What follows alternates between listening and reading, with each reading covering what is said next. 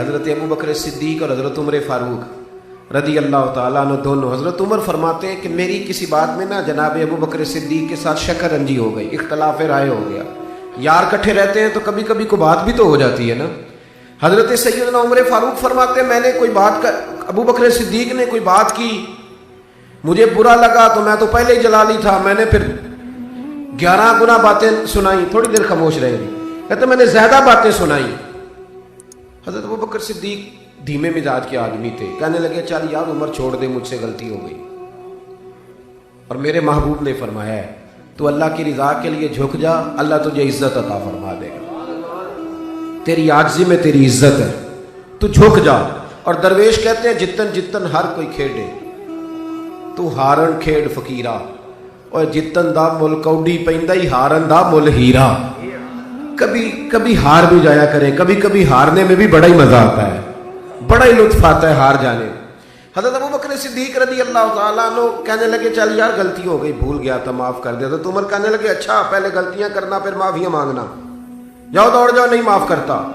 اور مسند امام احمد بن حنبل کی ایک حدیث یاد رکھیں کہ جب رشتہ دار ہمیں منانے آتے ہیں تو ہم مانتے نہیں, معاف نہیں کرتے. مسند امام احمد کی حدیث, حضرت ابو ہریرہ راوی ہیں, نبی کریم علیہ الصلوۃ والسلام نے فرمایا اگر تمہارا بھائی تمہارے پاس معافی مانگنے آئے تو معاف کر دیا کرو, اور اگر تم نے معاف نہ کیا اپنے بھائی کو تو پھر میرے حوض کوثر پہ نہ آنا, میں تمہیں جام نہیں پلاؤں گا.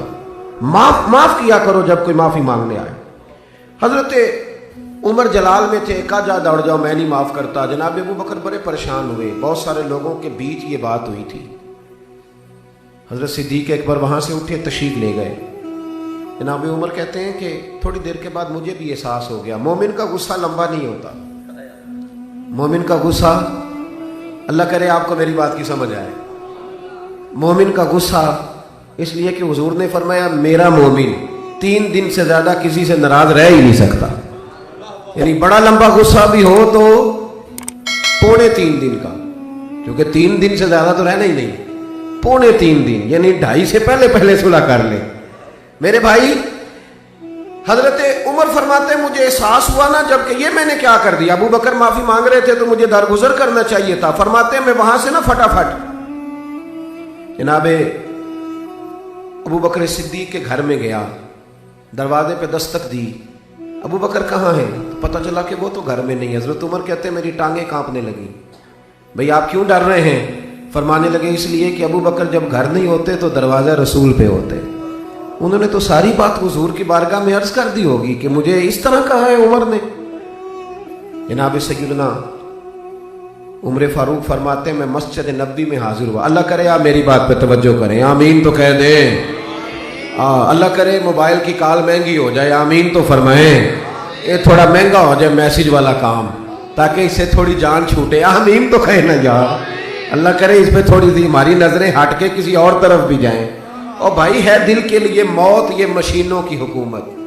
اقبال کہتے ہیں دل کے لیے موت ہے مشینوں کی حکومت, احساس مروت کو کچل دیتے ہیں آلات. یہ مروت مارتے ہیں, ہر چیز کیمرے کی آنکھ سے نہ دیکھا کریں. کئی دفعہ کیمرہ بڑی چیزوں کو دھندلا بھی دکھاتا ہے, تھوڑا اوپر سے ہٹا کے دیکھیں, سنیں اور یاد رکھیں.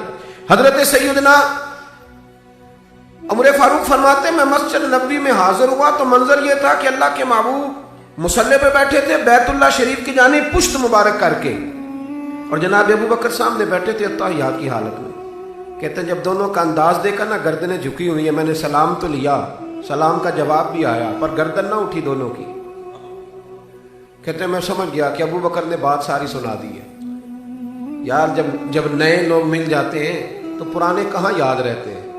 میاں صاحب نے کہا تھا نویں نہ یار بنائیے. وانگ اے تساں آکھیا, میں نہیں جی آکھیا,